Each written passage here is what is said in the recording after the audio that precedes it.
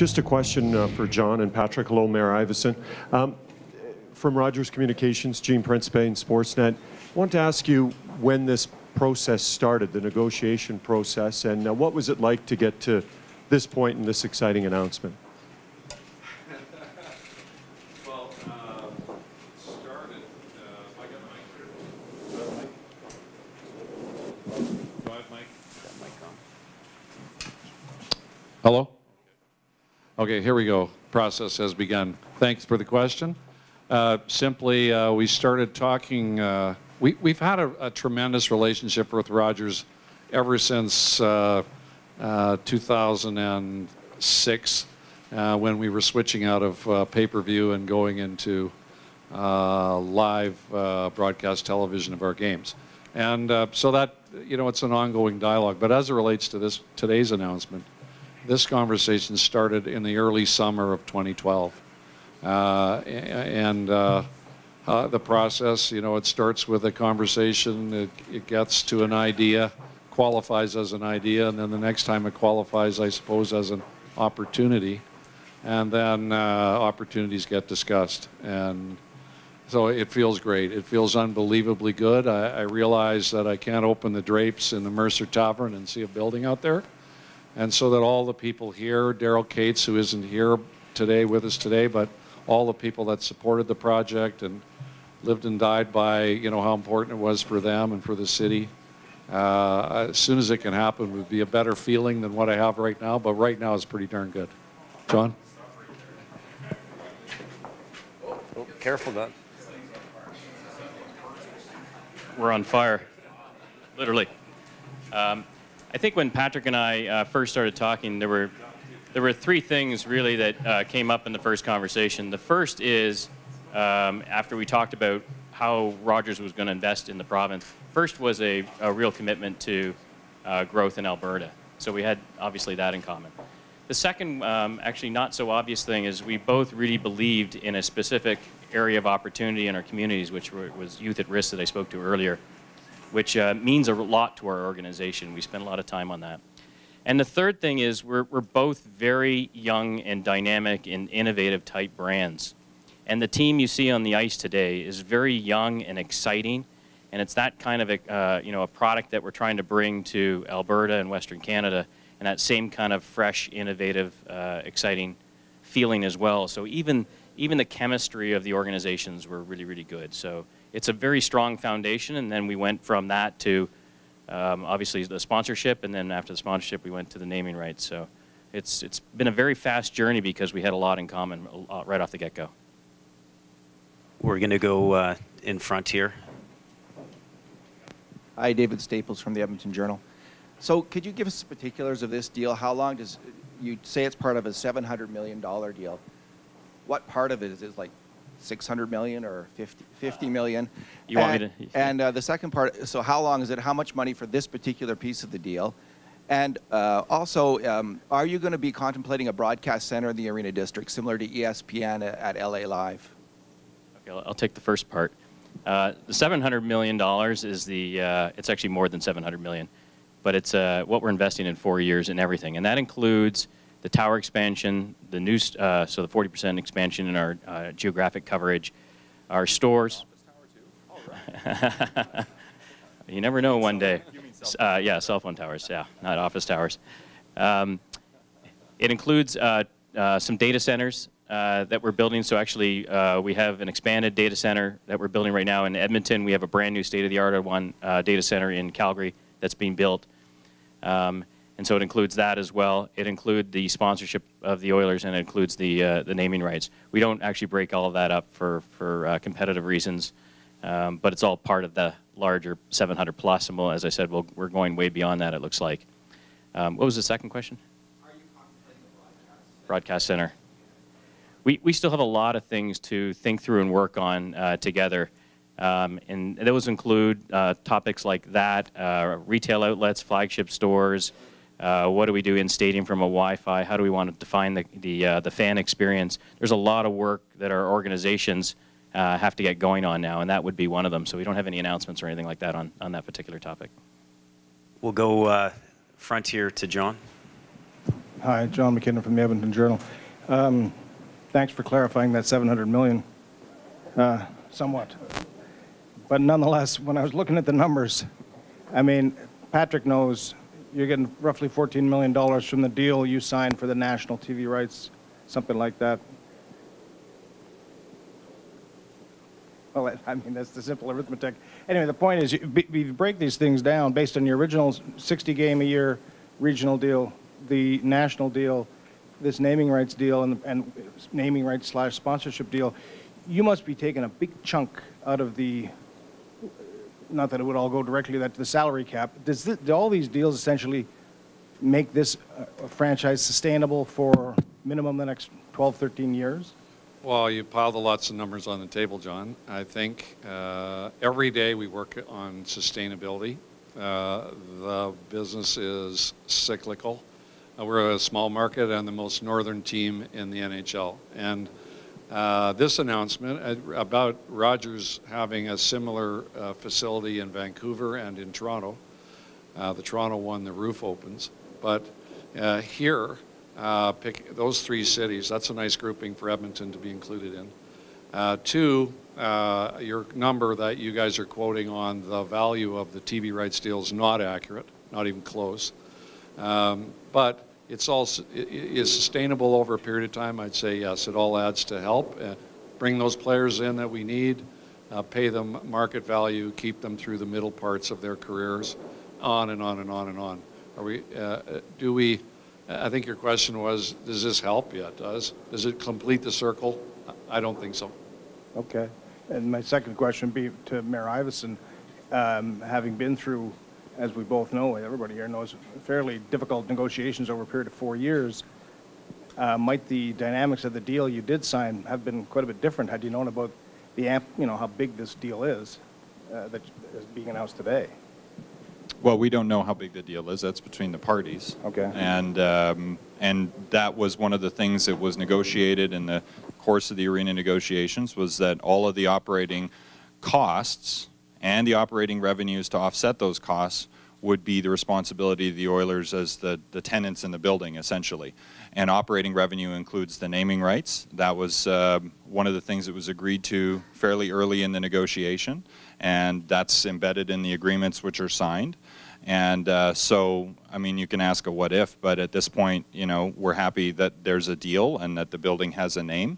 And if it contributes to the success and sustainability of the hockey team in the city, then that's good news. So that's really all there is to say about that. Thank you, Mayor Iveson. The mayor is backed up against the clock a little bit with budget deliberation. So if there are any questions specifically to Mayor Iveson, we just ask that they get asked now. And we have one at the back. Vinesh, can we get a microphone to him, please? Thanks for accommodating me. No problem. Can you hear me? 3? Okay, 2 questions, and one for Mayor Iveson and one for Patrick LaForge. So can you tell us where we are in the process in terms of the GMP, when we expect to break ground? Is the city, you know, should we be concerned at this point with no GMP? And then to Mr. LaForge, there's a lot of buildings behind you that don't exist right now. Can you tell us the status of the Arena District and how plans are being coordinated on that front? So first to Mayor Iveson. Sure, I'll stick around for the answer to the second question too. But the signed agreement outlines a timeline and a process for the guaranteed maximum price process, which we're working through right now with PCL. They're working away on it. We expect to have information in the new year. And if it comes in within the budget, then nothing changes. We just carry right on to construction, and we'll be able to do a formal groundbreaking at that time. There's a process to work through if it's not within the budget, but we're working very, very hard to keep it within the $480 million that was provided for the building. I'm driving very hard towards that and want to make sure that we don't lose any time, that there's no hiccups, and that we can just move straight into construction. I think at this point, after all we've been through to get to this point, we all want to see this project move ahead without any further delays, and the best way to do that is to stay within the budget. So PCL, if you're listening, keep working on it. I think PCL's here. I saw them in the room. I could say that we were pretty creative with the Edmonton skyline in this sketch. And I kind of like the look of it, but if it was me that was drawing it, I would have put in more buildings. It's a vision that surrounds the arena, and it feels better to look that way as front-loaded with tall towers as a backdrop. I think that's the best I can do. Can you just tell us the status of, how quickly things are going to be built, or a timeline for the arena district itself? No, I would have bet on the Seattle Seahawks last night if I'd have got that right. I think it's a process. The arena is a very key step in the development of the naming of the arena is a very key step because it allows the child to have a name, and to have that name belong to one of Canada's largest communications companies causes it to be out there in the public and with the sporting community and investors on a very high profile. And that is really, really valuable. It makes the project real. People will talk about it like it's here. And Rogers will speak about Rogers Place daily and Edmonton. And it's not only, I just add to this my own ramblings, not only the downtown, but it keeps our city, our hometown, on the front headline for all of Canada for week in and week out. And that's really valuable as well. Thank you, Don. Thanks for coming. Janice Johnson from CBC. I know that according to an ESPN article that was last updated in September of this year, the Pengrowth down in Calgary paid $1 million for the naming rights annual fee. Would you say that, I know you don't want to break it down, but would you say that would be a ballpark for Edmonton? I know a little bit about that. It's really hard to compare these things, and it's hard to validate reports from ESPN and other sources. I will say that each to their own. And is it in the ballpark? Not even close. No. So worth much more than that? That's not in the ballpark. And the other question, perhaps I've just missed it, but I thought that the deal for Rexall Place ran out in 2013. What happens to Rexall Place? Yeah, good question for Northlands, the people that own it. And our lease current lease expires there. And we're negotiating, and rather happily, it's not completed yet, an extension to our lease that will get us through to moving in here. And, as far as I can tell, that's very close to being completed, happily. I did mean the name of it, sir. Oh, I think the name will be, I think it might be all part and parcel. So probably will remain Rexall Place? Likely as long as the Oilers and the Oil Kings play there, there's a very good chance the name will remain the same. Thank you. Okay, we have a question over here. Min Dhariwal with CBC TV. Question for John, right over here, John. You talked about this arena being the crown jewel. I'm just wondering if there's anything in North America that would even compare, and just what some of the things are that you guys that fans can expect once they see this building constructed and built. Just what some of those innovative technologies might be. Well, I think every subsequent stadium that goes in learns from the last stadium, and the technologies keep expanding so quickly and evolving so quickly that what you could do next year is very different than what you could do last year, especially in our industry, where Moore's Law kicks in and the Innovators Law kicks in. So we're talking about customer experiences. So we start with customers first. Don't worry about the technology, but start with customers first and work backwards into the technology. We're talking about on game day, knowing a lot more about the matchup, how that interacts with you online and on your cell phone. We're talking about knowing where to park, what parking lot's full, how you should get there, how the transit is, what the weather's like. We're talking about showing up to the game, ordering from your seats, knowing what the lineup in the bathroom's like. We're talking about seeing slow motion replays on your phone. We're talking about cameras that might follow, one player the whole game all the way through. We're talking about being able to replay all the goals at the end of the game. We're talking about going home and seeing all the stats and how many players, did what, and being able to follow, certain types of plays in the game. If you're a defenseman and you used to play defense, being able to follow that. So I'm just listing a bunch of things that you can't do today that you will be able to do tomorrow. And those are just things we can dream of now, but between now and the time the stadium goes in, we'll be really leveraging solid infrastructure whether it's LTE, advanced LTE, or Wi-Fi, and the smartphones and the applications, the operating systems that all go with it. So there's a lot of technology, but we'd like to start with what do we want the experience to be like? Okay, Kelsey, we'll go to the front here for a question. Yeah, John Carvana, Canadian Press. Patrick, much has been made here about the $100 million shortfall, missing, whatever you want to call it. Will any of the funds from this go towards alleviating that? And if so, what sort of an impact will it have?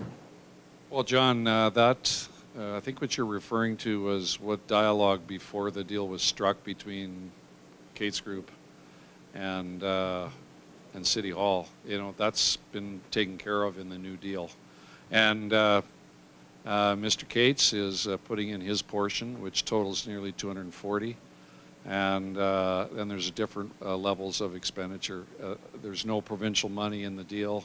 And, you know, you might go back to City Hall because it's all structured there, how it's taken care of and who pays what for what.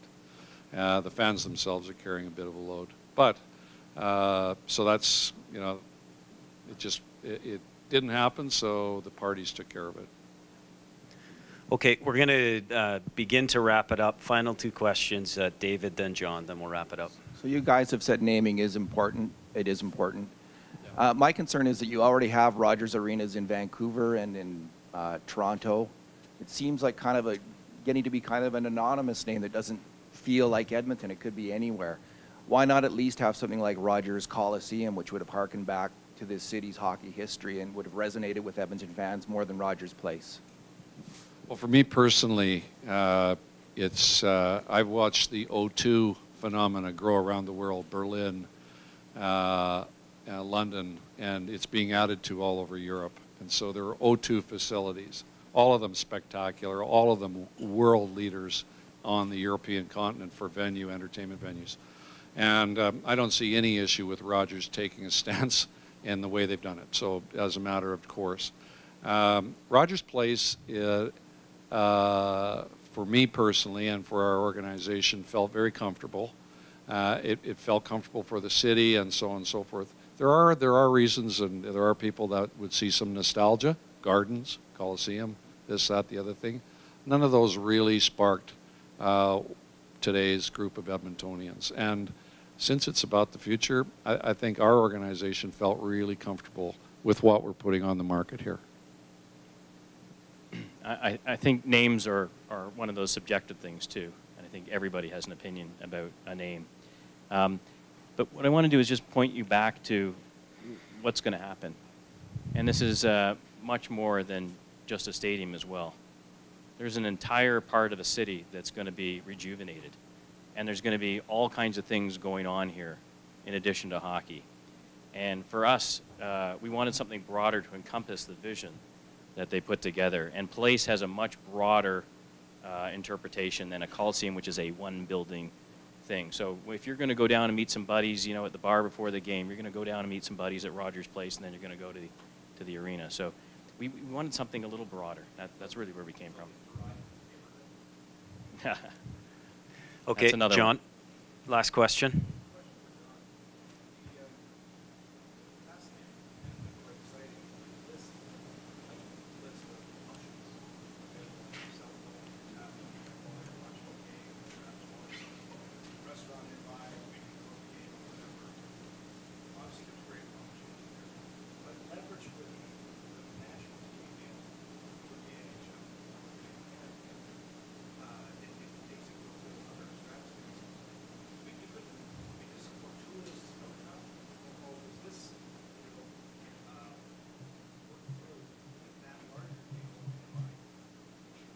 Simple answer is no. They're very separate, discrete deals. But we have two major thrusts going on in Rogers, things that we're very passionate about that we've been pursuing aggressively. The first is sports leadership. And so all the pieces of the puzzle get put together to become the #1 sports company in the country and to have Sportsnet to be the #1 brand in the country. That happens at the same time as we are very passionate about investing in Alberta. It just so happens there's an intersection there that happened within a 2-week period. But both those deals started at very, very different times with different groups of people negotiating. But inside Rogers, we have those two thrusts, and we've been very maniacal about really focusing on those two areas. Now, how do you leverage both of them? Can you put them together? That's work we got to do, and I don't have any answers for you. But I think you can use your imagination. You know, if you're an Oilers fan that lives outside of Edmonton and the East Coast, for example, and you fly up and work up in the oil and gas area, you know, there's going to be all kinds of ways you can see Oilers games on multiple technologies. And if you're living in Edmonton and not your favorite team, but maybe you have a number 2 team from somewhere else you're at, again, those opportunities will present themselves. But our deal is making sure the Edmonton Oiler experience happens both in the stadium, in Edmonton, in Northern Alberta, and wherever you are to experience that fan experience. Great. Well, thank you, John. Thank you, Patrick. Again, thanks to Mayor Iveson for his remarkable save of our little lighting issue. And thanks, members of the media, for attending. We appreciate the coverage. And